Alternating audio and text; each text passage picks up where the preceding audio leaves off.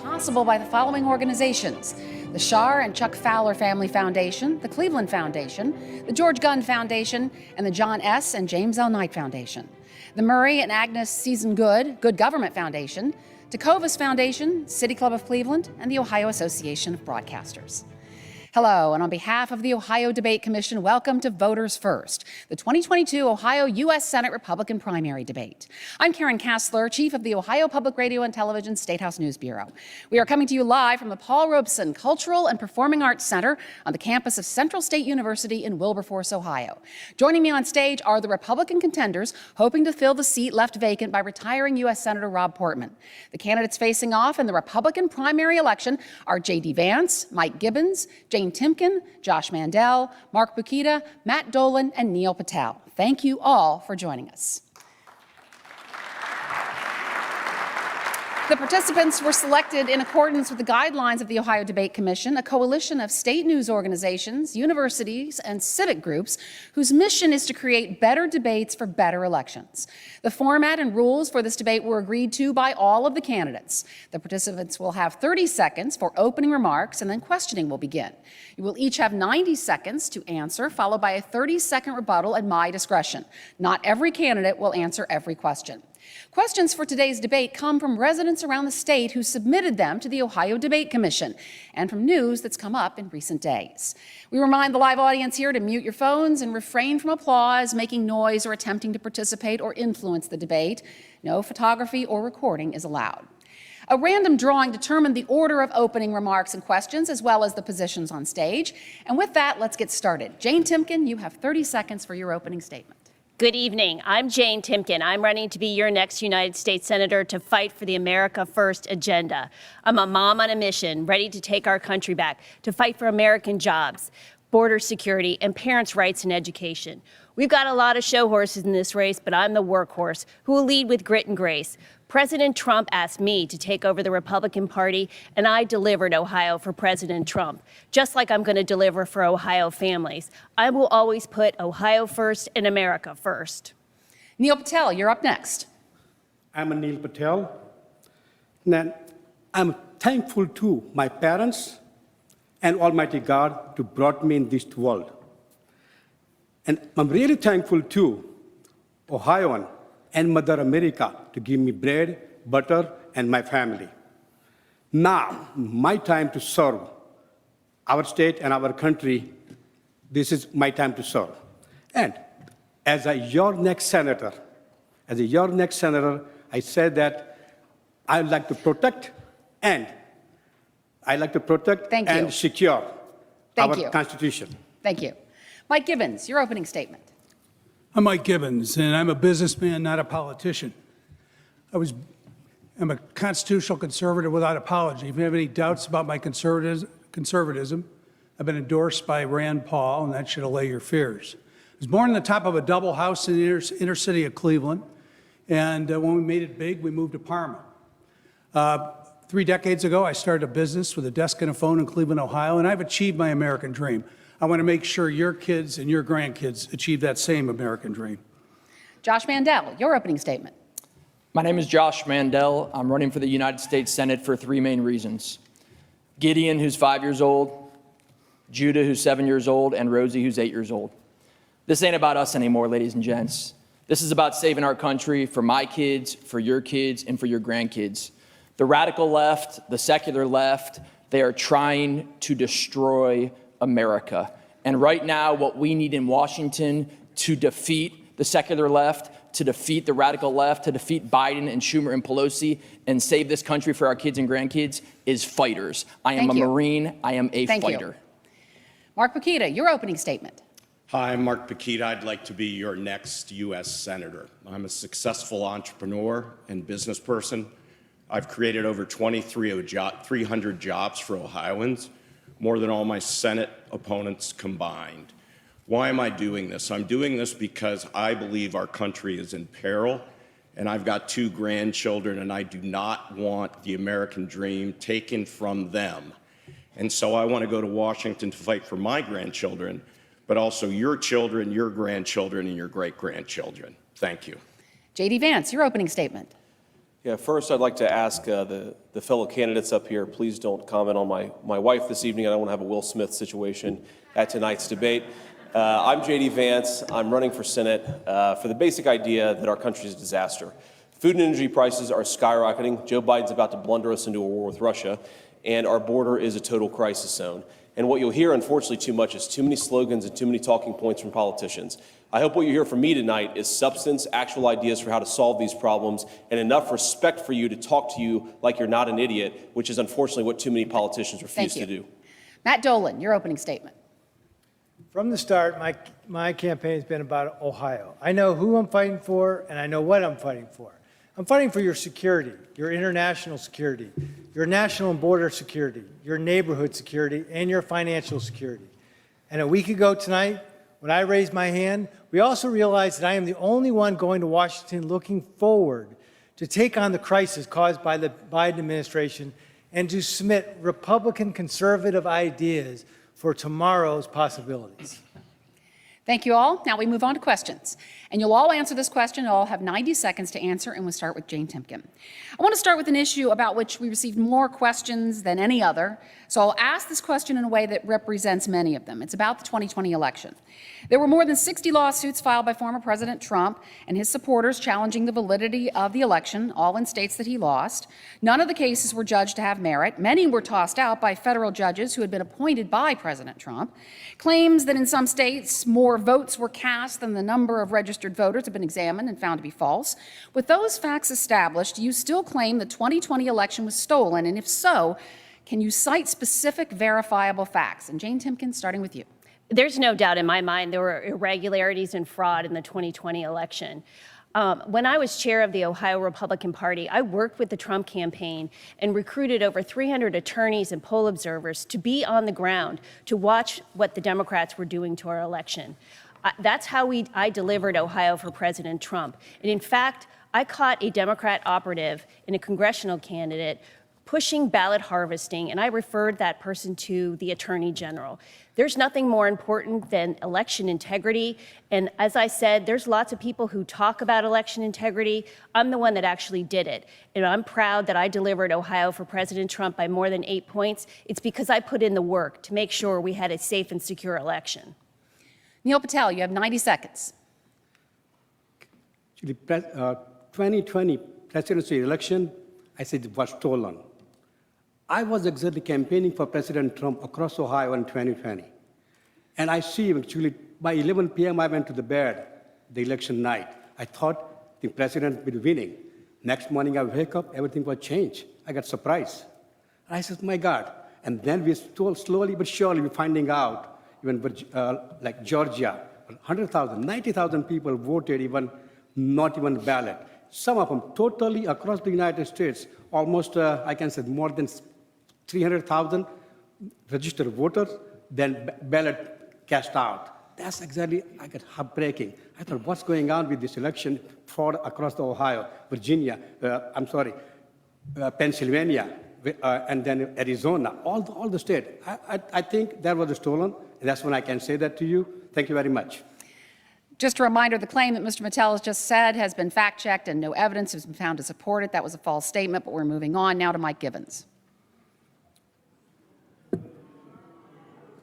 I was Donald Trump's Ohio finance co-chair in 2016. I supported him throughout both that election and the 2020 election.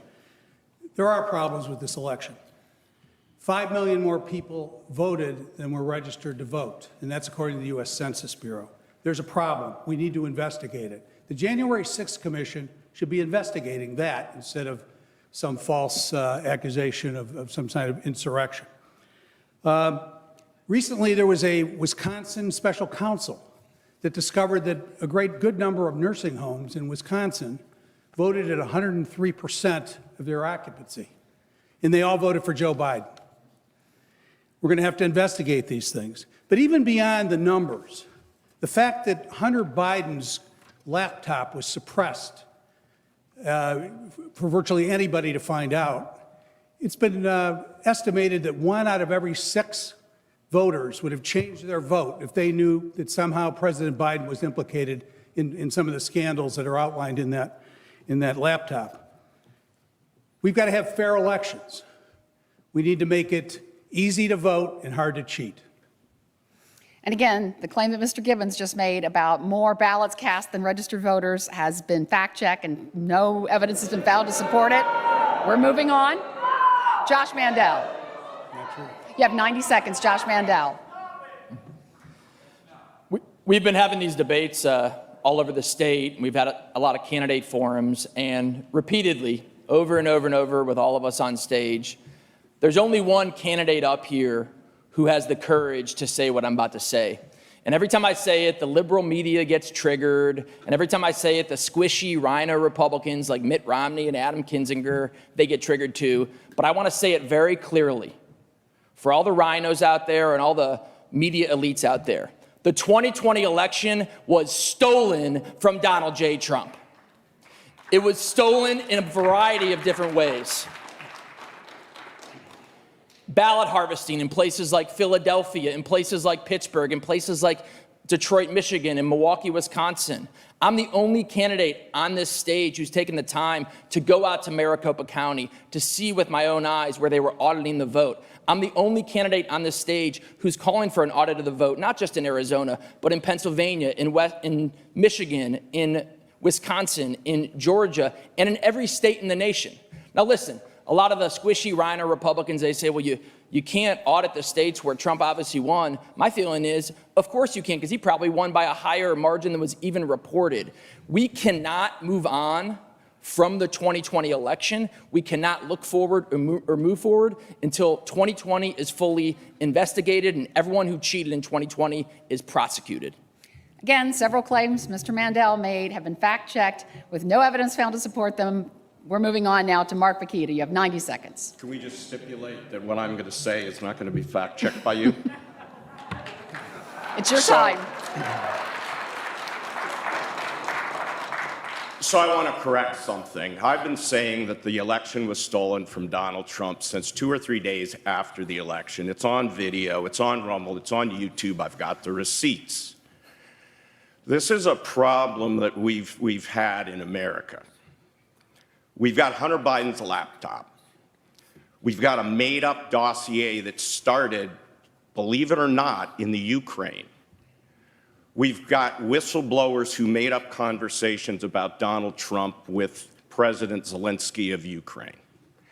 And the media continues to say that none of that is true, even though the FBI, in the case of Hunter Biden's laptop, says it is.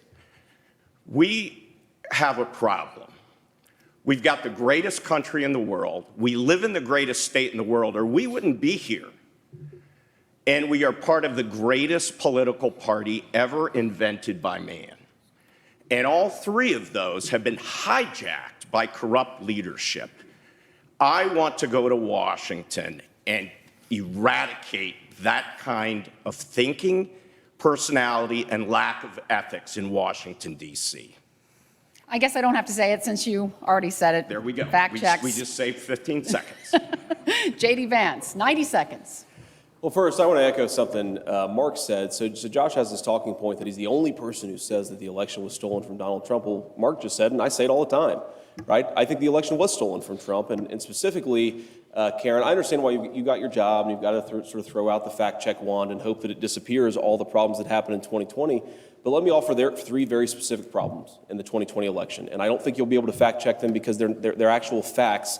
One, Mark Zuckerberg, the founder of Facebook, put $435 million to buy up boards of elections all over the country in big battleground states. Independent studies have shown that the money Zuckerberg spent bought Democrat votes and suppressed Republican votes. Number one, the Pennsylvania Supreme Court has itself, it's a Democrat-leaning Supreme Court, has held that the Pennsylvania election was not conducted in compliance with Pennsylvania's state constitution or state laws. And number three, they censored, as Mike said, the Hunter Biden laptop story, which again, independent analysts have said cost Donald Trump millions upon millions of votes because the technology companies would not let us talk about the fact that Joe Biden is the leader of the world's biggest crime family. Those are 3 facts that cannot be fact-checked. And this goes back to the point I made about the difference between talking point politicians and substance politicians. If we want to get to the bottom of what happened in 2020, we need to be able to speak about what actually happened and how we're going to get to the bottom of it. First of all, I'm done with an election season in this country, ladies and gentlemen. Let's go back to having an election day. There are a lot of other problems that go from that, but at the end of the day, there were problems in 2020. We can't be afraid to talk about them. Again, there are a couple statements that have been fact-checked. No evidence found to support them. Let's move on now to Matt Dolan. Which ones, Karen? Let's move on to Matt Dolan. All right, so the lanes are pretty clear here. Let me be very clear. Joe Biden is the legitimate president of the United States. My problem is he's a failed president. And everyone up on this stage wants to go to Washington to look backwards. Well, if you're a family out there fighting inflation, it costs more to put food on your table, it costs more to put gas in your car, that you're worried about your security because we have a party that defunds police. You're worried that our border is wide open and more drugs are coming into this state than ever before. That's what I'm going to Washington to go fight. We need to look forward as Republicans and stop the Biden administration. But then even more so, we need to prepare for the 2024 election and looking forward.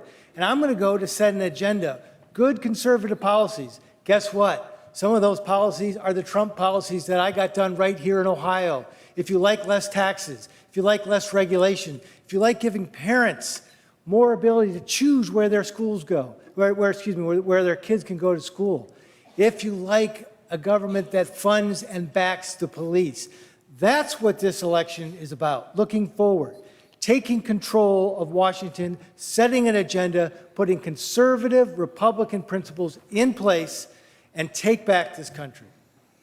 All right, we're now moving on to another issue that several people wanted to hear about, your thoughts on the Russian invasion of Ukraine.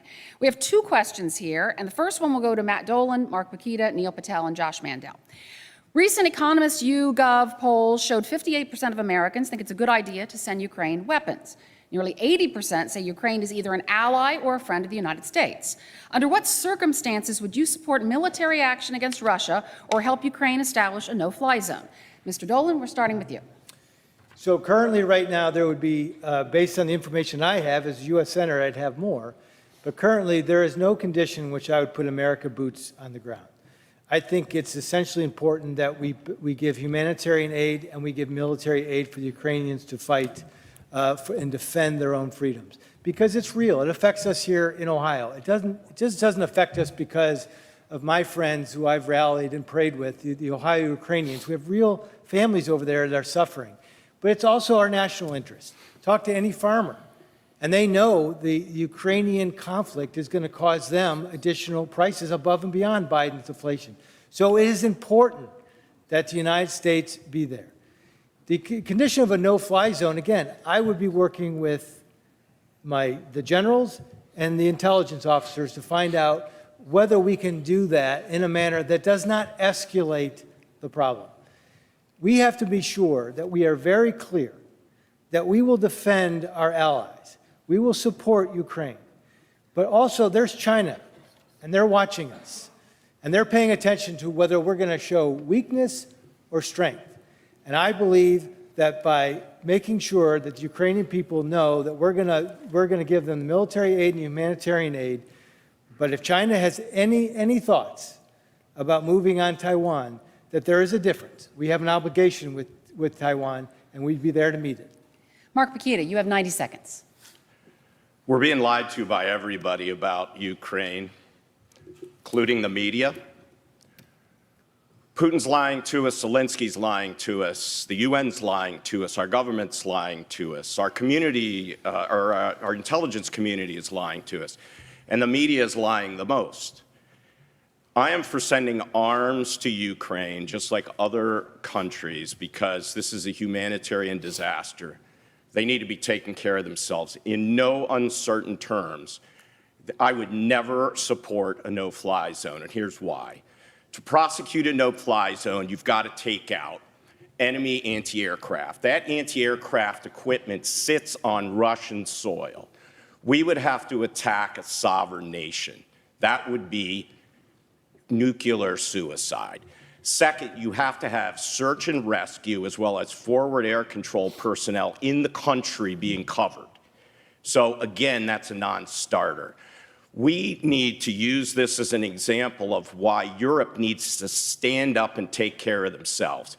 It's been over 50 years, and they're still sucking off of us to protect them. We've got a bigger threat. We need to be moving our troops from Europe to where proximate to the threat, which is China. China is our biggest enemy. It's not Russia. Russia is a third world country with a barely first world military, and we've just got to get off the China thing that, in fact, the press plays up, continues to play up years after we figured out that dossier was nonsense. Thank you. Neil Patel, you have 90 seconds. Okay, on Ukraine, actually, there's no fly zone, actually, I like that, because we don't want to put our boys and girls to Ukraine right now, but we can support as financially or weapons to give it to them. But I don't like to put it our actually boys or girls or kids. All youngsters we are putting over there, all our deployed over there, I'm not agree on that. But whatever way we can support our, Ukraine is not our NATO even, not even allies yet, but I think we try to support them because they are almost getting to the NATO. We want to support them whatever we can, but I don't like to put actually our boys and girls. Yes, thank you. Mr. Mandel, you have 90 seconds. To begin, let's be clear, we should never be putting American boys and girls on the ground over there in this Ukraine-Russia conflict or up in the air. I think it's important to take a step back and remember who Vladimir Putin is. Vladimir Putin was the KGB station chief in East Germany when Ronald Reagan was president. When Reagan brought down that wall, Vladimir Putin was surrounded as the KGB station chief. He burnt the documents in there. He thought it was the end of his life. He called it one of the most embarrassing moments of his life personally and for Mother Russia. And ever since that day, ever since that moment, he has hated Ronald Reagan. He has hated the United States of America. So make no mistake about it. Vladimir Putin is not our friend. That being said, the real threat here is the Chinese Communist Party. On February 4th of this year, right before the Olympics, Putin flew to Beijing. He met with Xi, who's the leader of the Chinese Communist Party, and they put out a joint statement to the world from the Russian Federation and the Chinese Communist Party. And one line in there was addressed to us as the American people. And it said, quote, "The Russian Federation and the Chinese Communist Party are focused on the redistribution of power in the world. Translation, they're focused on the downfall of America and the rise of communist China." That is why we need people in public office in the U.S. House, in the U.S. Senate, in the White House who are strong, who have backbone. Joe Biden is weak. I will be a point of strength, just like Donald Trump. Now, J.D. Vance, Mike Gibbons, and Jane Timken, you can weigh in on that previous question, but also, still on the issue of Ukraine, Mindy from Cleveland and Diane from Columbus both ask, will you divest yourself or take other actions to distance yourself from any financial involvement with Russia? And J.D. Vance, I'll start with you. Yeah, so I don't have any financial interest in Russia, so I'm not too worried about that. At the end of the day, we should not be doing a no-fly zone. We should not be getting involved in Russia at all. It's not our problem. Doesn't mean you can't accept that there's great tragedy in Ukraine at a personal level. Doesn't mean you can't pray for Ukraine. We certainly have the last few weeks at church. But at the end of the day, it is not our job and it is not our business. Let's remember exactly what happened with Ukraine and compare that to what's happened in our own country. So congressional Republicans and Democrats refused to give Donald Trump $4 billion for a U.S. border wall over 4 years, while fentanyl, illegal drugs, and tons of other problems poured into this country, killing our citizens. They gave Joe Biden $14 billion for Ukraine in 1 week. That suggests some pretty messed up priorities. Now, let's just also step back and recognize that Hunter Biden is a person who has gotten a ton of business relationships in that area of the world. Can you imagine the media howling if Don Jr. had made hundreds of thousands of dollars a year in Ukraine, and then his father had started a war in that area of the country, or at least had allowed his country to get more and more involved in a war in that area of the country? At the end of the day, we've got tons of problems here. The best thing that we can do to ensure the strength of our country is to focus on our own problems. You have to remember, the same people who want to escalate in Ukraine are the same people who screwed up Iraq, Afghanistan, Syria, Libya. We should not be giving those people more power at the same time while our own country is suffering. Mike Gibbons, you have 90 seconds.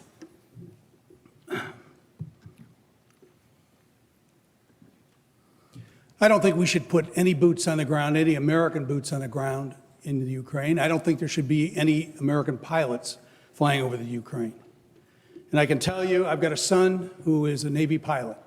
I've got a daughter-in-law who flies in an F-18. I don't want to see them flying over Ukraine.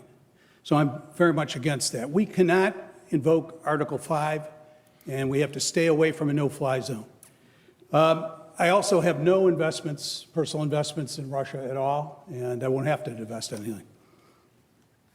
Jane Timken, 90 seconds. Yes. As a mother, watching what's happening in Ukraine breaks my heart. Watching Vladimir Putin bomb a maternity ward and children crossing the border all by themselves to escape the ravages of war from the dictator thug Vladimir Putin. And this is all the result of Joe Biden's weakness. His basement diplomacy led to this.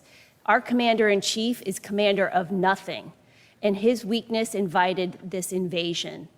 We need to make sure that we stand strong for America, but we cannot have boots on the ground. We need to make sure that we provide Ukraine with the military equipment they need to defend themselves. It's about our national security.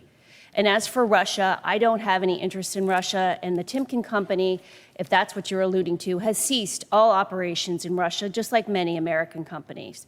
But make no mistake, this is the failure of the Democrats, and Joe Biden and his policies are threatening our national security and the security and safety of the world. As a mom, I'm going to fight for our communities and our safe American first policies. All right, we're moving on now to immigration, which J.D. Vance just kind of teased for us a little bit here. We received a couple of questions about immigration and about finishing the border wall, all of which you have all talked about it as a core issue at some point. And this question's for J.D. Vance, Josh Mandel, and Neil Patel. David in Union writes, where exactly would the eastern endpoint be and the western endpoint be, and how will that help the immigration problem as you see it? And so I'm going to start with Josh Mandel. We need to put American citizens first before anyone in any other countries. And when I look at the immigration issue, I think of you and your family at home. I think of your ability to pay for your bills, to put food on the table, to save for your retirement, to save for your kids' education. Every time we allow people from Mexico or Honduras or Guatemala or China or Yemen or Haiti to sneak into our borders in violation of federal law and take your jobs and take the jobs of your kids and your neighbors and your grandkids, we are weakening this country. It's why I have a zero tolerance policy when it comes to illegal immigrants. I think illegal immigrants should be deported, period. Now, there's another issue that underlies all this. As we stand here tonight and you watch at home in your living room, there are over 40,000 U.S. military veterans who are living on the streets, who are living under bridges. But we've got radical policymakers in Washington, Joe Biden, Nancy Pelosi, Chuck Schumer, and others, who are taking your tax money and using it to house illegals while we have veterans living on the street. That is outrageous. As a Marine Corps vet who did my small part, I will do everything I can to fight for our veterans and fight for you as a taxpayer and make sure we put Americans first and deport every single illegal in this country back to where they came from. J.D. Vance, 90 seconds. Yeah, so look, the illegal immigration problem is going to break this country if we allow it. It is devastating our economy, it's devastating our hospital and healthcare system, and it's devastating a lot of people here in Ohio who work with, who are affected by the drug problem. I was talking to my mom actually a couple days ago, God love her, and she does, I'm very proud of her, she does work with recovering addicts. And one thing she was telling me is that when they let people go now, when they release people who are in recovery, they say, do not take the stuff that's on the streets now because it will kill you in a way that what was on the streets 10 years ago just won't. Why is that? Why have we let our entire country become a drug and war zone because of the illegal immigration problem in this country? We need to do three very simple and very basic things. The first is we need to finish Trump's border wall. You said the eastern to the western part. Well, the eastern part should be the Gulf of Mexico and the western part should be San Diego. That's the border that we have with Mexico. That's where we have problems, especially in Arizona right now is where we have big, big problems with border security. Number two, we need to declare the Mexican drug cartels a terrorist organization. organization, because that's exactly what they are, and it allows our military to go to Mexico, to go on our southern border and actually do battle with them. And the final thing that we need to do is stop giving welfare to people who come into this country illegally. A lot of the reason why we have nonstop border crossings is because people know we're a generous country. We always should be a generous country, but that generosity should only extend to the people who have followed our laws, not those who have broken them. And if we get those three things under control, we'll finally start to control that southern border and stop losing so many of our people. Neil Patel, you have 90 seconds. Immigration, actually, this is my platform. What I say is exactly, when our veterans starving, homeless, and we are giving actually foreign people or that's illegal people come to our nation, and we are giving them just like red carpet. Think, when veterans starving, they actually did service for our nation, our country, and they actually just work very hard and they protect us and our countries. Okay, and we are actually charging. Second thing, we have another we have Medicare, and Medicare exactly like when you get elderly people get 67 age, and when we 67, 65, we are giving the supplemental B for Medicaid, $147. They have to still pay that money, and we are taking care of all the illegal people. We should not take care. I went to border in San Antonio to Rio de Grande River, November 13 to 16. I was over there. And when I see that on the Rio de Grande River on shallow water, a lot of people walking in, and we didn't have enough troops, not even border patrol, nobody over there working. Out of 100 people walk in illegally, there's only 10 people they caught, and that is not right. I think we want to work harder, and we want to make sure, take care of our own people first. That is my, thank you. All right, staying on immigration here, I want to ask this question to Mike Gibbons, Matt Dolan, Jane Timken, and Mark Paquita. Would such a wall really end the problems with immigration at the U.S.-Mexico border, especially since the existing wall has been breached thousands of times? Mike Gibbons, 90 seconds. 750 million people in the world want to come to this country. It's a number of studies have indicated that. Our president has basically said, come one, come all. We're just seeing the beginnings of it. I think one of the things that has to happen is to finish the wall because they're coming through the cracks. If there were no cracks, they couldn't get through.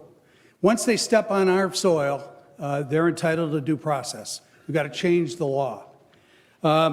I believe if the president announced, if you come here, you will have no path to citizenship in this country if you came here illegally. That would stop an awful lot of this. We need to finish the wall, we need to secure the border, and we need to enforce the law. Matt Dolan, 90 seconds. So first thing I want to address is this is a international crisis, and I'm going to Washington to protect the American people. That is the role of the federal government. So this isn't an either-or situation that has been presented by some of my competitors. Your job is to protect the American people, whether it's one crisis or 10 crises. I'm prepared to do that, and apparently I'm the only one prepared to do that. Look, the border wall has morphed in my mind to three different things. It is, in fact, a physical wall. It is a technological or cyber wall, and it is more border patrol. Now, the border patrol is one thing, but one of the reasons that they're sneaking through the wall now is Joe Biden has completely stripped the border patrol of any authority to act. And so how can we stop people from crossing the border if we just have to escort them over the border into a holding place? So you got to give them teeth to act as border personnel. And the stay in Mexico policy was working. We're trying to find out who is truly seeking asylum and who is not. So I've said before, the tip of this pen, if that was fentanyl, it would kill all of us in this room. This is a real problem that's affecting us here in Ohio. Talk to any law enforcement officer, and they will tell you that 2021 was a record year. Our citizens are dying. We must secure the wall to protect Ohio. Jane Timken, 90 seconds. Yes. As I said, there's lots of people who talk about the America First agenda and walls. As Republican Party chair, I was in the trenches fighting for President Trump when he was fighting to build the wall. And by the way, walls work. Nancy Pelosi put a wall around the Capitol to keep people out. Look, this is the result of Biden's failed policies. President Trump was absolutely right when he said it's about our national sovereignty. If you don't have a wall and a border, you don't have a country. And we have seen reports of those on the terrorist watch list coming across the southern border. Huge amounts of fentanyl, heroin, and meth are coming into our communities right here in Ohio. Ohio is a border state because of Biden's failed policies.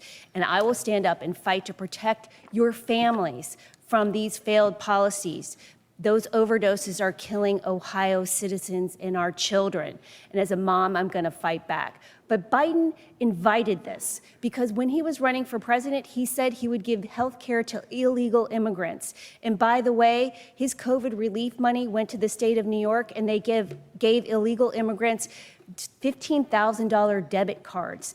These are the failed policies that are failing Americans. I'm going to fight to stand up to protect America and put American citizens first. It's outrageous to me that COVID lockdowns and mask mandates were enforced on our children so that they had to go to school and wear masks all day long, and COVID policies. Thank you. Our next question is for J.D. Vance, Mark Bakita, and Josh Mandel. Several people wanted to hear about your views on religion and government, especially with the questions about faith that were asked of U.S. Supreme Court nominee Judge Ketanji Brown Jackson. Did you miss me on that question? Nearly all of... Hey, Karen. Did you miss me on that question? Oh, I'm Mark sorry. needs Mark an opportunity to Bakita, answer that last excuse me. Oh, my goodness. Well, don't now you want got a preview of the next Yeah, they question. don't Go want me ahead. on the- they don't want me on the stage at 90 other seconds, debates. Mr. Mark's going to bring Bakita. the fire on We're looking out for you, immigration. Mark. They don't want me on the stage at other debates, and now they want to skip my questions. No, This is that's crazy. my fault. So let's talk about the wall and breaching the wall. Here's another example of fake news. The wall that Donald Trump was building was virtually unbreachable. The reason there are breaches is because the wall isn't finished, and our Rob Portman was unwilling to sign for the state of emergency declaration to fund that wall. So that's why I want to go replace Rob Portman, because he's doing a poor job for Ohioans. Donald Trump had illegal immigration across the border down to about 16,000 people a month. We're now at over 200. He did it with the Border Patrol, giving them the tools, the support, the technology to do their job. That's what we need to do. Now, everybody on the stage up here except Neil wants to send our military to the border. We don't have to do that. I just proved it to you. Our Border Patrol is good at doing that. Where do we need to send our troops? We need to get them proximate to the biggest threat, which is China. Matt just said it. Where does that fentanyl come from? That fentanyl comes from China. It's coming through the southern border. We've got to take care of, as Matt said, you've got to be able to think and chew gum at the same time, or talk and chew gum at the same time. We've got to deal with the Chinese threat, and we have to deal with the border. Thank you, and I apologize again for missing you there. So let's move on now. Our next question, as you just heard a little while ago, is for J.D. Vance, Mark Bakita, and Josh Mandel. Several people wanted to hear about your views on religion and government, especially with the questions about faith asked of U.S. Supreme Court nominee Judge Ketanji Brown Jackson. Nearly all of you have talked about your faith. Steve from Blacklick writes, separation of church and state does not exist anywhere in the Constitution. That's what Mr. Mandel has said, he says. And he wants to know how we can trust any of you that you won't violate the Constitution's Article 6 prohibition against religious tests for government officials or First Amendment prohibition against government establishing a religion. So, Mr. Vance, we're going to start with you. Yeah, so first of all, I know the Ohio Debate Commission is committed to fairness in the way that it administers these debates, and I just want to lodge one small complaint for those of you in the audience who may not be able to see that Josh Mandel has been provided 3 water bottles, and I only have 1. So I want to say that if my performance is inadequate, it's because of the hydration policies of the Ohio Debate Commission. But I mean, look, at the end of the day, you know, one of the great Chief Justices in American history, William Rehnquist, once said that if you ban Christianity or any religion entirely from the public square, you don't create a neutral public square, you create one that's devoted to secular humanism. And that's what we've seen in our schools all across the country. We in theory, have separation of church and state. Yet you will hear, and even in Ohio schools right now, that there's no difference between men and women, that there are 52 genders, that you can somehow print money to solve the problems that exist in this country. If that's not a religious belief, then the religious beliefs don't actually exist. That is fundamentally the problem. I really believe, as a person who was raised Christian, stepped away from my faith, and came back to it, that the faith of our people is actually an incredible reservoir of strength. We shouldn't hide from it. We shouldn't banish it to some corner of our society. We should accept that people's belief in God is good. It is a reasonable thing, and we shouldn't try to force them to hide from it in the way they do their public duties or in the way they conduct their lives. Mark Pakita, 90 seconds. Thank you. The Founding Fathers, if you read especially the Federalist Papers and then the communication between them as they were forming the country, they talk about the fact that we need to have a Judeo-Christian foundation in our country for it to work. For our constitutional representative republic to work, there's nothing in the Constitution that talks about morals or ethics or character or honesty. It's all about protecting God-given rights, natural rights that flow from God to man, that are protected by the Constitution, not given to us by the Constitution, not given to us by government, not given to us by man or woman, but given to us by God. If you can't talk about God, then you can't talk about our country, our form of government. They said it was a requirement to have those lines on the road to keep us on the highway in terms of managing this great experiment. On top of that, they often talk to each other about how thankful they were and how important it was to have good wives and strong families, along with a faith commitment as well as community organizations. These are all the things the left wants to blow up on us. We need to put them back together, and we need to be proud about it. Josh Mandel, you have 90 seconds. Let me start off by applauding Mark and applauding JD. I think both of them were very eloquent in their answer on this question, and I echo everything that Mark had to say and everything JD had to say as well. Our nation, our republic, was founded on a bedrock of Judeo-Christian values. Not Muslim values, not atheism, but Judeo-Christian values. And there's so many factors that separate that Judeo-Christian ethic from other belief sets.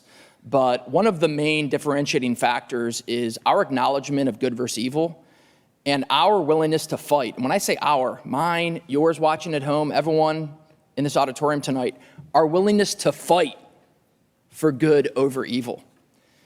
And ladies and gents, there's a lot of evil out there right now. Yes, in the world, but in this country right now. Biden, Pelosi, Schumer, the liberal media, the secular left, they're trying to take God out of all aspects of society. We got to be going the other direction. Rather than watering down on that Judeo-Christian bedrock, we should be doubling down. We should be instilling faith in the classroom, in the workplace, and everywhere in society. We are a country, we are a nation, we are a republic that grew strong based on a freedom of religion, not a freedom from religion, and we need to embrace that Judeo-Christian foundation of America. Thank you. Let's move on now to a question based on news that's been coming out for the last few days. We'll ask this one of Matt Dolan, Mike Gibbons, Jane Timken, and Neil Patel. The Washington Post and CBS News have reported that Ginny Thomas, the wife of U.S. Supreme Court Justice Clarence Thomas, exchanged more than 24 text messages with Mark Meadows, then President Trump's chief of staff, about overturning the result of the 2020 election.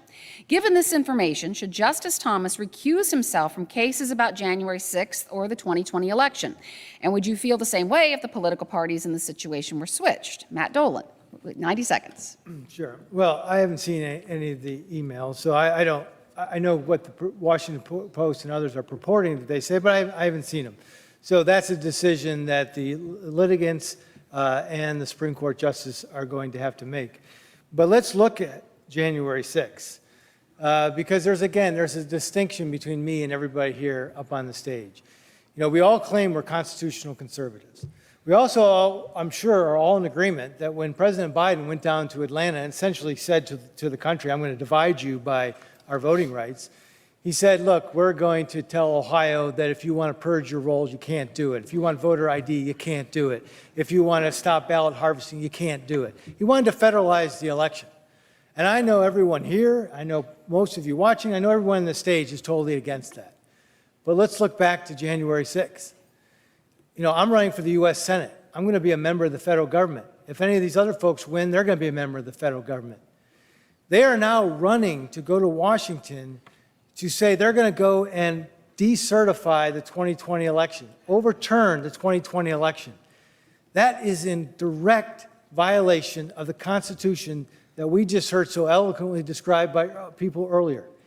The time, place, and manner is left to the states to determine who's going to represent them and go to Washington. If you want to have election integrity, which I do, I am blessed that I live in Ohio. If you want to go to Washington, don't federalize the elections. Thank you. Mike Gibbons, 90 seconds. I don't think there's any evidence whatsoever that Ginny Thomas was talking to her husband about the election. She stated many times in the past, long before the election, that they don't talk about each other's business. I don't think there's any reason for him to step down or to recuse himself in any way because of that. I don't think questioning and trying to find a legal way of overturning the election is in any way treasonous or even slightly illegal. I think every time a lawyer goes into their office every day, they're trying to figure out how to do something legally. If there was a reason to overturn it, if the evidence was there, I've got to believe that if it was discovered that this was a faulty election, if there was evidence sitting there that apparently the courts refused to even investigate, I believe that there would have been some recourse and some possibility of overturning that. If they didn't have that legal means of doing it, they wouldn't have done it. The idea that Donald Trump foisted some fraud on our country because he didn't actually believe that this election was stolen and therefore committed fraud is ridiculous. And they're going to have a very difficult time proving that. That seems to be the route they're going right now. So no, I don't think that Justice Thomas should back off at all on any decisions relating to the January 6th case. Jane Timken, 90 seconds. Justice Clarence Thomas should not recuse himself. This is an example of the Democrats putting pressure on a sitting Supreme Court justice. His wife had separate opinions than Judge Clarence Thomas. He is able to do his job and adjudicate the cases before him, and it's up to Clarence Thomas to decide whether to recuse himself or not. Look, we saw and witnessed a Supreme Court nominee by Joe Biden unable to answer the question as to how to define a woman. It, to me, shows that she's so beholden to the woke left that she won't even answer this question. And again, this is an example of the left's attempt to erase women and allow for transgendered men to compete against women in sports. I'm going to speak out against this. As a woman and a mom of a daughter and a former college athlete, we need to stand up for women and fight for women's rights. This is an example of the Democrats attacking a Supreme Court justice, and we know why. They want to control the court. And I stood with President Trump when he appointed constitutionalists, pro-life judges to the Supreme Court, like Kavanaugh and Gorsuch and Barrett, because they'll stand up for our America First policies, just like I will stand up for your America First. Neil Patel, you have 90 seconds. About the Clarence Thomas, see, whatever he's doing, actually presidents should let him do that. Because January 6th, whatever they're talking about it, think it's not going to be changed anymore now, president. Because January 6th, when we pass, it's not going to be changed. President is still going to be there next for 2 more years, even whatever they left. Okay, that's why whatever he decide, and Clarence Thomas, they should put him on and just let him decide that. Okay, and I want to just say something else about it. When Clarence Thomas appointed by President Clinton in 92 or 93, around that area, and President Clinton appointed him, I think he's doing so far awesome job. And I don't want to say anything more, but thank you very much. I don't think Clarence Thomas was appointed by President Clinton, but Was they appointed by President? No? well, let's move on. I don't Okay. want to take time away from you folks here. I thought it was President. Most of you have campaigned with or touted endorsements from high-profile Republicans, and we got several questions related to these, and so I'm going to be asking specific candidates about this. We'll start with Jane Timken. While you have the endorsement of Senator Rob Portman, you also have hired Corey Lewandowski as an advisor. Heather from Hudson writes that you did this, quote, despite the fact that he has a history of assault and is presently facing accusations of sexual harassment from a past donor of President Trump. Can you please address why, in light of these circumstances, that Mr. Lewandowski is an advisor position on your campaign? Yes. Well, as you know, I have the endorsement of Senator Rob Portman, and I'm the only candidate on this stage that President Trump has endorsed when I became chair of the Ohio Republican Party. Look, there's a lot of candidates who talk about being America first and fighting for President Trump. I'm the one that actually did it. As I said, there's lots of show horses. I'm the workhorse.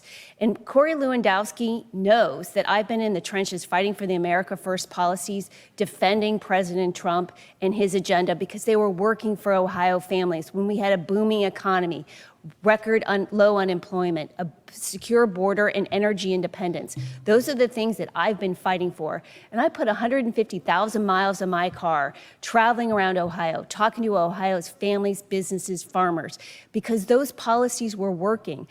I saw a lot of things when I was traveling Ohio on those bus tours, recruiting campaign workers, standing up and defending President Trump. I did not see Josh Mandel, J.D. Vance, or Mike Gibbons.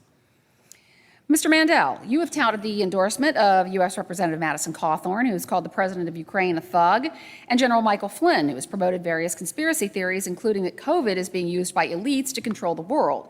Why would you promote endorsements from Cawthorn and Flynn?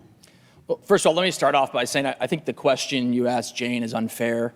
I've known Corey Lewandowski for a long time, and I think he was a force for good in electing President Trump. He had the guts to be out there when so many other people in our party wouldn't, and he was really at the pointed tip of the spear in helping to elect President Trump. And so I just want to defend Jane on that and say I think that was a very unfair question. And Corey Lewandowski chose to endorse Jane, but that doesn't make him a bad person. And whatever he's Because he knows I'm the best candidate, Josh. Yes. Long story short, he was there at the beginning for President Trump. Now listen, I'm proud to have the endorsement of General Flynn. I'm proud to have the endorsement of Madison as well. General Flynn is the people's general. Besides for Donald Trump, there is no one that the radical left, that the liberal media, that the fake news, that the squishy establishment Republicans went after with more force than General Michael Flynn. I am proud to have his endorsement. I am hopeful that he'll come here to Ohio to campaign for me. And I think we need more General Flynns leading our country. And the same thing with Madison. We may not agree on all of the issues, but in the totality of the America First movement of putting you as American citizens, we the people first, heck yeah, I'm proud to have his endorsement. Mr. Vance, you've touted the endorsement of Georgia U.S. Representative Marjorie Taylor Greene, who spoke at a white nationalist conference recently, has repeated claims from the Kremlin that there are Nazis in Ukraine, and has said she agrees that the president of Ukraine is a thug and corrupt. Why would you promote an endorsement from Taylor Greene? Well, look, I mean, first of all, Marjorie endorsed me. She's a friend of mine. She's a patriot. And I also think it's funny because all these guys, their negative attack ads against me say that I don't like Donald Trump. And of course, I did say some negative things about Donald Trump 6 years ago. But if I was anti-Trump, then his strongest advocate in Congress would not be behind me. And I'm proud to have her support. This highlights something, Karen, that I really don't like that the media does, and they do it to Republicans. Of course, they never do it to Democrats, which is they play this guilt by association game where they get us to stab our friends in the back, and then we wonder why the left always wins, even though we sometimes win elections because we're constantly stabbing our friends in the back. The accusation against Marjorie is pretty simple, that she appeared at a conference where somebody said something bad. And I asked, did she say something bad at the conference? I actually watched her remarks. I agreed with nearly every word that she said. I hate this about politics. I was raised by my mamaw. She's a great woman. She's from southeastern Kentucky. She called us hillbillies growing up. And she told us that the thing that mattered more than anything, was loyalty. There's no business in the world that asks you to stab your friends in the back like politics. I absolutely refuse to do it to Marjorie Taylor Greene. She is my friend, and she did nothing wrong. She said nothing wrong, and I'm absolutely not going to throw her under the bus or anybody else who's a friend of mine. Mr. Gibbons, as you mentioned at the outset, you've touted the endorsement of U.S. Senator Rand Paul, who's called Dr. Anthony Fauci a menace and opposed humanitarian aid to Ukraine. Why would you promote an endorsement from Paul? Well, first of all, I've gotten to know Rand Paul very well over the last few years, and I'm not sure whether a lot of these endorsers get to know people that they endorse. But Rand Paul and I agree on pretty much everything. Not everything, but pretty much everything. You know, this country's broke, and he seems to be the only one that wants to talk about it. We have inflation that's raging. He's the only one that seems to have any answers about how to fix that. Now, I studied economics in undergrad. I studied economics in graduate school. I taught economics at the graduate school level. Wouldn't it be great to send a senator to Washington that actually understands how our economy works? Rand Paul is one of the more popular Republican senators, certainly. But what he said about Dr. Fauci is absolutely true. Dr. Fauci lied to Congress. Dr. Fauci... Let's let Mr. Gibbons finish, Dr. please. Fauci should be fired and probably prosecuted. And I think it's time that we get somebody going to Washington that will fight with Rand Paul, and that's what I am, a fighter. And I will go to Washington, and we'll get those kinds of things done. All right, well, right now, we're more than halfway through. We're going to take a brief pause to allow our broadcast partners to resume regularly scheduled programming if they're going to. We have about a half an hour remaining. You can continue to watch online at theohiodebatecommission.org and on our YouTube channel. This is Voters First, the 2022 Ohio U.S. Senate Republican primary debate, coming to you live from the Paul Robeson Cultural and Performing Arts Center on the campus of Central State University in Wilberforce, Ohio, presented by the Ohio Debate Commission.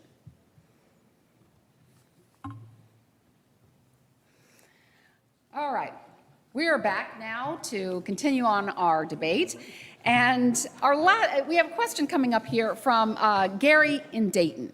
And I want to ask this question of all of you. You'll all have 90 seconds to take on this question here.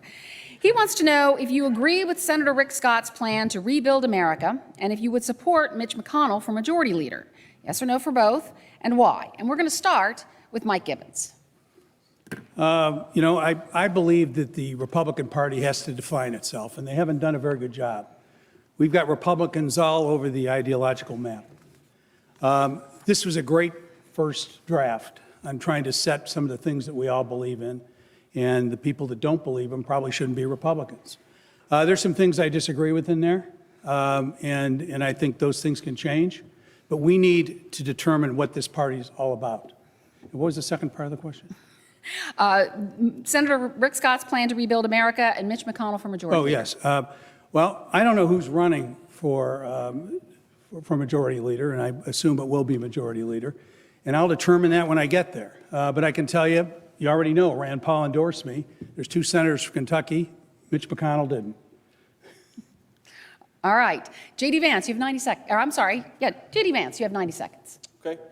Yeah, so, you know, Rick Scott's plan for America, I've read it, I looked at it. I don't agree with everything. In particular, he's advocated for middle-class tax increases. I think that's a joke for the Republican Party. Why would we increase the taxes on the middle class, especially when Apple, Google, Amazon, and Facebook pay a lower tax rate than any middle-class American in this room or in this country? It's ridiculous. But there are a lot of good things in it. And most importantly, I like that Rick Scott actually proposed a set of ideas for what to do. I'm so sick of Republicans who say, well, we're just going to push back against the Biden agenda. Well, of course we're going to do that. But what are we going to actually do for our voters? What are we going to do for the American people? There are a lot of problems out there, a lot of very serious problems, and we can't just sort of stick our flag in the mud and say we're against. We got to be for stuff. We're for middle-class people being able to raise a family and do it on a single income.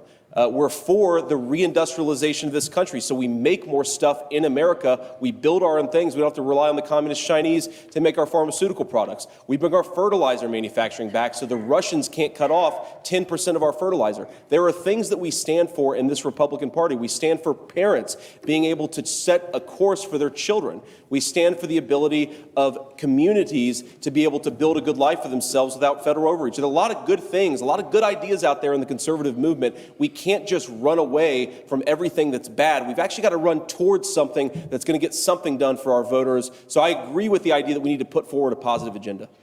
Matt Dolan, those two questions. Well, it sounds like Mike Gibbons and J.D. Vance should have raised their hands last week when they didn't want to move on from 2020. So, of course, Senator Scott, thank you, because it's exactly what I'm talking about. We need to establish an agenda for Republicans as to what we're going to go to Washington and debate for the American people. So as all of them said, taxes, security, border, manufacturing, schools, these are all issues that we need to have legitimate, open, transparent discussions about.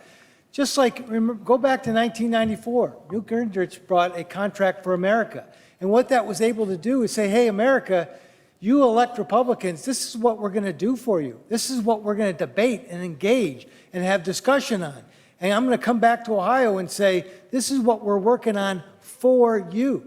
So absolutely, we have to look forward. We have to stop the Biden administration, and we can do that in the majority by making certain that we block any efforts to all this unnecessary spending. We secure the border, but we're going to do it in the majority. And for me, it's about Ohio. So I don't know who's running, but I'm going to tell you this. Whether it's he or she, him or her, I'm going to look him in the eye and say, I am about Ohio. And that's where I'm going to focus on. When I think it's good for Ohio, when I think it's good for America, I'll vote for it. I'm not voting for political purposes. And again, the question, Senator Rick Scott's plan to rebuild America, and if you would support Mitch McConnell for Majority Leader Jane Timken. You have 90 seconds. Yes. Absolutely, I would not support Rick Scott's agenda, especially because it raises taxes on the middle class. My agenda is the America First agenda. And as I said, I'm a mom on a mission to take our country back. And those America First policies and the ones that I will fight for your families, are the ones that I've been in the trenches fighting for. And that was border security and American jobs and the forgotten man and woman. Under President Trump's leadership, we had a booming economy and record low unemployment. Those are the things that I'm going to fight for. We need to have safe and secure communities, and that's standing up and defending the police and building the wall. Those are the things that will make your American dream and your job opportunities for your children and grandchildren be there so that we can continue to be the greatest country in the face of this earth. The Democrats are threatening the future of our country, and I'm going to fight to make sure that we still have our country. There can be no longer the issue that the Democrats are going to take our country and turn it into a ditch. I'm going to fight to make sure they're not indoctrinating our children, and make sure that you have the security and future for your children and grandchildren. As for the next majority leader, I'm going to stand up and vote for someone who I believe will fight for America. And we need leaders who are going to have a backbone that put Ohio and America first. That will be my test as to who is the best leader, and no more playing Lucy with the football because the Democrats do that constantly. Thank you. Josh Mandel, 90 seconds. I think JD made a great point on the previous question about how the liberal media like yourself, Karen, and others, the fake news, they push out these trap questions to try to trick and trap Republicans. They would never ask questions like this to Democrats. I guarantee you at the debate earlier today, the Democrat debate, they didn't ask questions like this. And the reality is, we as conservatives, all of us on this stage, it's us versus them. It is us versus the fake news. It is us versus the liberals. And we shouldn't even play that game when they try to create hypothetical elections for majority leader a year from now, and they don't even tell you who's running. Listen, regarding the agenda you're referencing, I haven't read it, but I'll tell you my agenda. First, bring down gas prices for everyone sitting at home watching. Biden by shutting down the XL pipeline, by stopping oil and gas drilling in America, by having us rely on Russia and China and Iran. That's nuts. We should be drilling for oil and gas in America to bring down the price at the pump for our families. Stop the reckless spending in Washington. You know, when I was state treasurer, I took the entire state of Ohio's checkbook. I put it online. I said the taxpayers have a right to know how the tax money's being spent. And by doing that, we brought transparency and we cut the state budget. I'm going to do the same thing in Washington. Bring transparency, cut the federal budget. If we can wind down that spending, we can reverse inflation, and the cost of buying a gallon of milk or a loaf of bread or meat at the grocery store, it won't cost as much. And so those are the kind of things on my agenda. Those are the things I'll be focusing on. And I want to focus on things that impact your life and your family, Thank you. not these esoteric hypothetical questions that the fake news makes up to try to trap Republicans. Thank you. Neil Patel, you have 90 seconds. We want to make sure actually tax cut, put it on with investment and foreign investment as well as from our state, bring it from outside. And we do the tax cut. When we got the revenue increase, tax cut should be okay because we got the revenue coming up. Same time, we want to do the security. We want to make sure we have extraordinary security for our state and country. Okay? And talking about we want to make the small government. We want to make the more jobs in our state and country. And everybody's talking about fighting, war. We are not fighting when we go to Washington, D.C. We're going to actually negotiate. I'm going to be a negotiator. We want to negotiate with other senators. We don't want to fight and do the fighting like war. We are going to the war in Ukraine or something like that. That's what actually my belief in.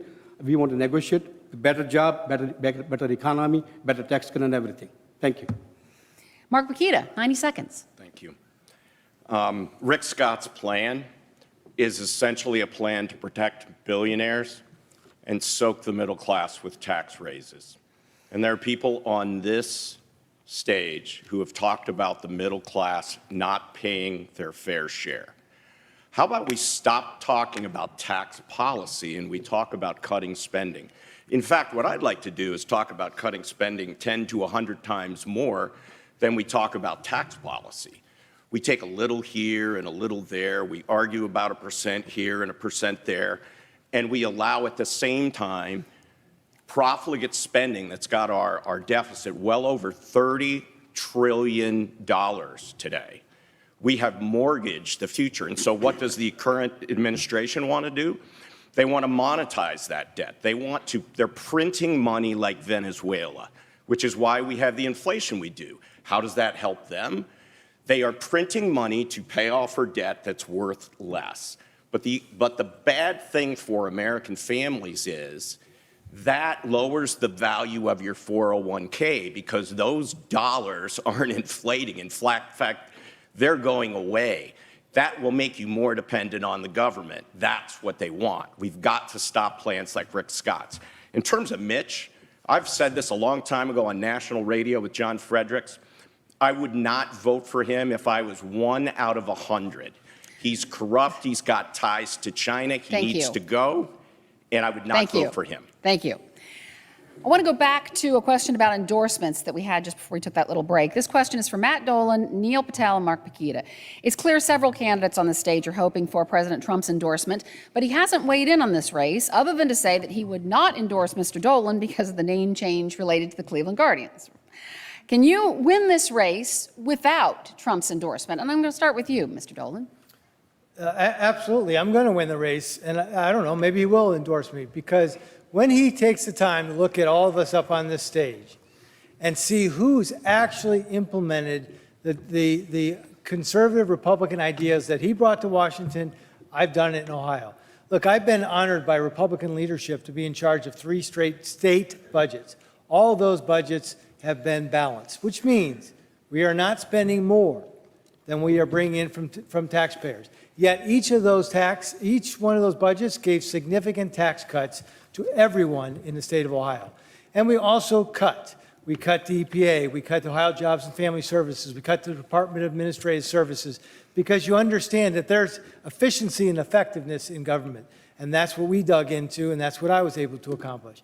But if you look at the police, we funded them. If you look at regulations, in Ohio, we were the first ones to bring, the 6th state to bring in Trump's 2-for-1 regulation relief. So we're not strangling Ohio businesses. So when you look to what this election's about, it's about you, Ohio.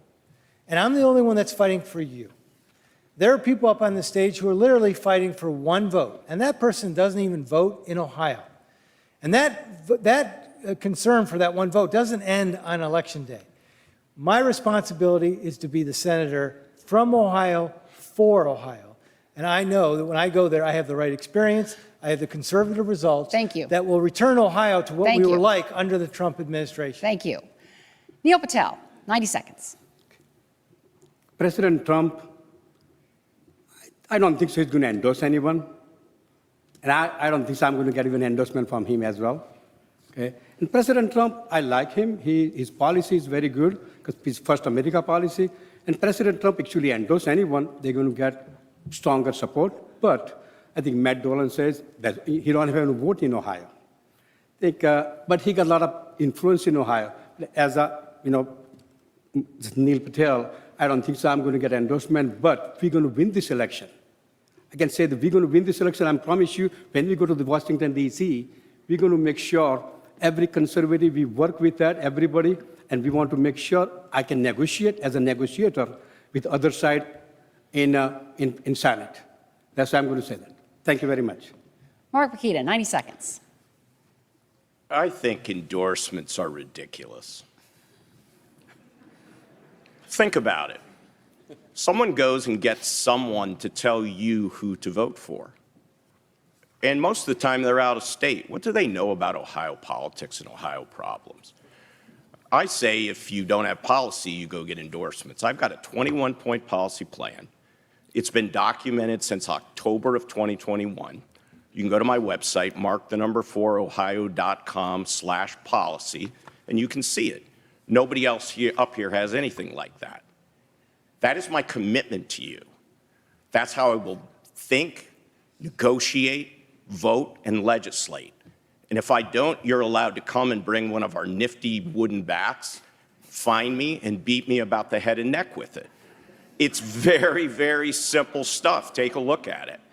But it's not easy to implement because not only do we fight socialist Democrats and deep state and big tech, we're fighting our own party who are abjectly corrupt, especially here in Ohio. Now, I want to talk about Matt's claims. He says, I balance the budget. Well, that has to be done by law in Ohio. And he talks about protecting conservative values. He voted against Stand Your Ground in the heartbeat bill. How the heck is that conservative? You have an opportunity for rebuttal there, Mr. Dolan. So the 30 last seconds. budget, the Ohio Republican Party called it the most conservative budget in Ohio history because we did cut your taxes. But Mark, what do you want to cut? Do you want to cut the money that we gave to the Crisis Pregnancy Center? Do you want to cut the money that we gave to the police? Do you like the idea that parents have the ability to choose for themselves what schools you want to go to? Do you want to cut that money? You know, because Ohio has a law that says you have to balance your budget, it just doesn't happen. You got to make difficult decisions, and you make strategic cuts, you make strategic investments to make Ohio stronger. Thank you. I'd save $4 billion by not paying Intel to come here I could get we have to reelected move as on. the governor. We're running short of time. I have one final question for all of you. You get 30 seconds to answer this. There's been some criticism about this race as being a slugfest and all sorts of other things that have been said about some of the things that have happened amongst you and some of your ads. I want to go down the line in just 30 seconds. Do you think that the tone of this race really is an indicator of the kind of dignity and decorum that voters expect from a U.S. senator? Starting with you, Mr. Vance. Look, I think if you can't take the heat, get out of the kitchen. At the end of the day, politics is a rough and tumble business. I think some of the accusations have been ridiculous. These people know that I supported Trump in 2020. They know that Don Jr., the president's son, has come out and said that their attacks on me are ridiculous, and he said I'm 100% America first. So yeah, I think some of the attacks are ridiculous. But look, that's the nature of politics, and if you can't take attacks from other people, push back on them and actually stand your ground, you're sure as heck not going to stand up to Chuck Schumer when you get to Washington, D.C. Mike Gibbons, 30 seconds. Well, I want to point out to you, it did not become a slugfest. There were no punches thrown. Rhetorical, maybe. You know, I found myself in first place in the polls, and there's some people up on stage here that have never been in second place in the polls. I understand that. You know, you're gonna attack. I'm used to it by now. I've been beaten up pretty much every day of the last 3 or 4 weeks. We got to move on. Sorry. Jane Timken.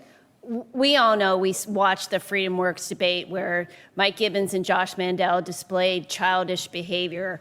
That's not unacceptable in a U.S. Senate race. Look, as I said, there's a lot of show horses. They're all talk. They talk about now J.D. Vance supports President Trump, but if he had his way, Hillary Clinton would have been president in 2016. I'm the candidate with the grit and grace to get things done. We need someone who is going to roll up their sleeves and work for Ohio and the American people. Thank you. Josh Mandel, 30 seconds. I'm a fighter, and I'm never going to apologize for being a fighter. When I go to Washington, I will be unafraid. I'll be unafraid to take on Schumer, Pelosi, and Biden, but at the same time, I'll be unafraid to take on the Republican Party bosses. And for me, it's not just talk. I've actually done it. In Columbus, when Rhino John Kasich was trying to do Obamacare Medicaid expansion, was trying to do Common Core, I led the charge to take on John Kasich. I will do the same thing in Washington against these weak Republicans there as well. Thank you. Mark Bakita, 30 seconds. Dignity, decorum, that's the last thing we need right now. We got to fix problems. I want to save this country for my grandchildren and your children, grandchildren, great-grandchildren. This is astounding to me. We have people here up on the stage who have showed us exactly who they are. And they're going to put on their costume and their makeup and campaign. They're going to get to Washington potentially, and they're going to get there and they're going to screw us like usual. And we're going to say, wow, how did that happen? We can't, we've got to have a zero tolerance policy. Thank you. Matt Dolan. So the difference between campaigning and actually engaging in public policy, this is a campaign. This is theater. These are people acting to be able to get one person's endorsement. I'm the only one on this stage who has gone and produced results. You know what, though, folks? You don't have to do it by destroying the other side's character. You can be strong and tough, and I have been. In fact, I've been 32 years a lawyer, and one of my first cases after the end of it, the opposing counsel came up to me after I won it and said, Matt, you are the nicest, meanest guy I've ever dealt with. Thank you. It can be done. Thank you. Neil Patel, 30 seconds. I'm the only candidate get endorsement from Almighty God. That is the best endorsement I got. And I can say that I'm the only candidate visited more than all 88 counties more than twice. And I'm the only candidate have petition signatures submitted by me, circulated by me and Almighty God together, more than 2,500 signatures. And each and every county is covered. Okay? And that's made it. Thank you. Thank you. You'll all be relieved to know that concludes the questioning portion of the debate. We have a few minutes now left for closing remarks, and each candidate will have 1 minute, and we're going to start with the same order we began with. So Jane Timken, the floor is yours, 60 seconds. Good evening. Thank you to the Ohio Debate Commission. As I said, I'm a mom on a mission to take our country back. This fight is about our American dream. My grandparents came to this country with little to no education. My grandfather worked in a rubber factory and my grandmother worked as a maid.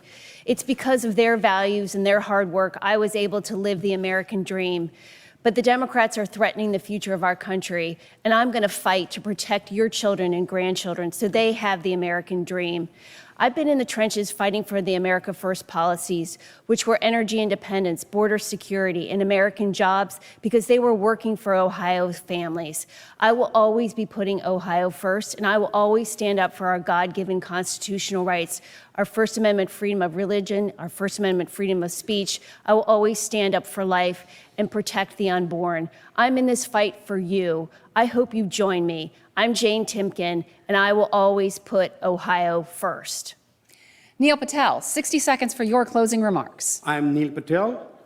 I'm asking you for your May 3rd election vote for U.S. Senate. I hope my life motto is faith, freedom, and service. Faith in God, freedom, service. And I'd like to work with a negotiate solution with the ambassador, the trade ministers, U.S. government officials. I have worked with multiple international companies to get the job done and created jobs for Ohio and West Virginia. I'm involved in Sister City International and other organizations too. I'm a small businessman. I created over 1,000 jobs in Ohio and I'm a common man with a common sense, working with everybody. I employed over 1,000 employees. Now I want to serve our state and our country. God bless you all. God bless America. Mike Gibbons, 60 seconds for your closing remarks. I'm Mike Gibbons, and I'm a businessman, not a politician. I'm a constitutional conservative without apology. I believe 2022 is going to be one of the most important elections in our lifetime. And I don't believe that we can entrust our nation's future to career politicians, party insiders, or people that put their finger in the air when they want to find out what they're going to say next. I believe in America and the America First agenda. I believe in the sanctity of human life and the right to keep and bear arms. I back the blue, and I believe in law and order. I believe a nation without borders is no nation at all. I believe in peace through strength. I believe in liberty, personal responsibility, and in America still the land of hope. I believe America is the greatest country in the history of the world. And I believe, most importantly, that I believe our rights come from Almighty God and not from government. I'm Mike Gibbons, and I'm running for the U.S. Senate. Josh Mandel, 1 minute, 60 seconds for your closing remarks. Usually in these closing remarks, they want you to give a summary of all your positions, but this debate and these questions by the moderator and the fake news, it's a great illustration of how out of touch the media is with conservatives and the Trump America First base. Not one question about protecting life, not one question about protecting the Second Amendment. So let me talk about how passionate I am on those two issues. We must do everything we can to protect life, from conception to natural death. I will do everything I can in the U.S. Senate to stop abortion. I was the first statewide official in Ohio to have the courage to be for the heartbeat bill. I took on John Kasich.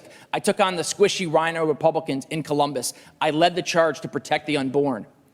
When it comes to our gun rights, our Second Amendment rights, our right to bear arms, those rights come from God, not from government. And I believe very strongly and fiercely, as a Marine, as a father, as a taxpayer, as an American, that the Second Amendment to the Constitution helps us protect the rest of our rights. Mark Bakita, you'll have a chance in just a minute to applaud. We're almost done. Mark Bakita, 60 seconds for your closing remarks. I'm Mark Bakita, and I want to be your next U.S. Senator. I think we need to send a fighter to Washington, D.C., and I'm that fighter. I am the only candidate up here who can say that I got in the race before Rob Portman dropped out. I'm the only candidate who registered in October of 2019 with the Federal Election Commission to take on a sitting U.S. Senator with Rob Portman's money and clout. Everybody else got in after that. As a voter, which I am, but you are as well, I would ask you to ask yourself two questions about them. One, did they think Rob Portman was doing a good job? I did not. That's why I'm running. If they did, I would think that you wouldn't want to vote for them. If they didn't think he was doing a good job, then that triggers the second question. Why did you wait until he dropped out to run? The only answer to that question I could find is that they were afraid of him. They were afraid of his clout and his money. That's not me. If you want a fighter, send me. If you want Rob Portman 2.0, send them. J.D. Vance, 60 seconds for your closing remarks. Yeah, look, I know that I was asked about Marjorie Taylor Greene and Rick Scott, but I wasn't asked about abortion, the life of the unborn. I wasn't asked about the Second Amendment. I also wasn't asked about the big technology firms. And those firms are controlling what we can say and even what we can think in this country.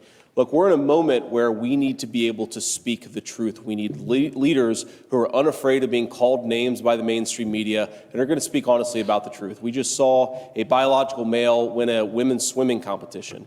And what bothers me about that situation is the fact that you got pharmaceutical companies getting rich off of it, ideological leaders in colleges pushing this stuff nonstop, and also big technology companies who will censor you and silence you for even speaking honestly about it. Go home, Google. Can a man become pregnant? Google will tell you, and tell your children, more importantly. The first answer is yes. We have got to get back to basic common sense. All the problems that we're talking about and all the problems that we care about are not going to be solved if we keep sending people who won't even speak the truth about fundamental issues. Matt, wait, almost done. Matt Dolan, 60 seconds for your closing remarks. So I'm going to end where I began. I know who and what I'm fighting for. I'm fighting for Ohio. You know, there was a bill that improved Ohio's economy. It was going to create tens of thousands of jobs. But Donald Trump told everyone in Ohio, if you're a candidate and you support this bill, I won't endorse you. But Cincinnati, I got your back because I know how important the Brent Spence Bridge is to our economy. And yeah, I've been stuck in that traffic as well. Ashtabula, Lake, Cleveland, Lorraine, Toledo, I got your back. I know how important that port is to be able to get goods and services to and from the international ports, to be able to get our rails and our trucks out so that we can be a strong economy.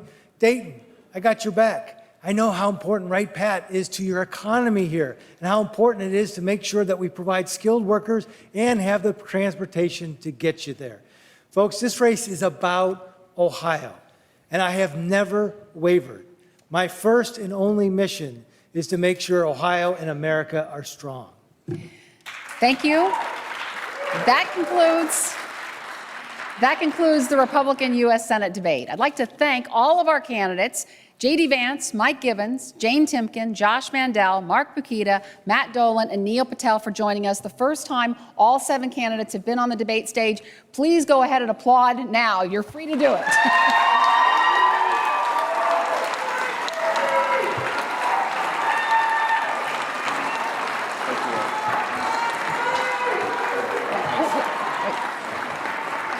Just a few other closing statements here, a little housekeeping. This evening's debate has been presented by the Ohio Debate Commission. Funding for this debate was provided by AARP Ohio. This program was made possible by the following organizations: the Shar and Chuck Fowler Family Foundation, the Cleveland Foundation, the George Gund Foundation, and the John S. and James L. Knight Foundation.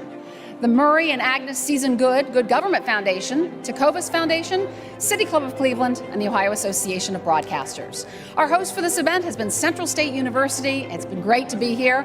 I'd like to remind everyone to catch the Democratic gubernatorial debate moderated by 91.7 WVXU's Cincinnati edition host, Lucy May, beginning at 7 o'clock tomorrow night. Finally, I'd like to thank our studio audience and viewers across the Buckeye State for joining us. I'm Karen Kessler, State House Bureau Chief, Ohio Public Radio and Television. Thanks for watching and have a good evening.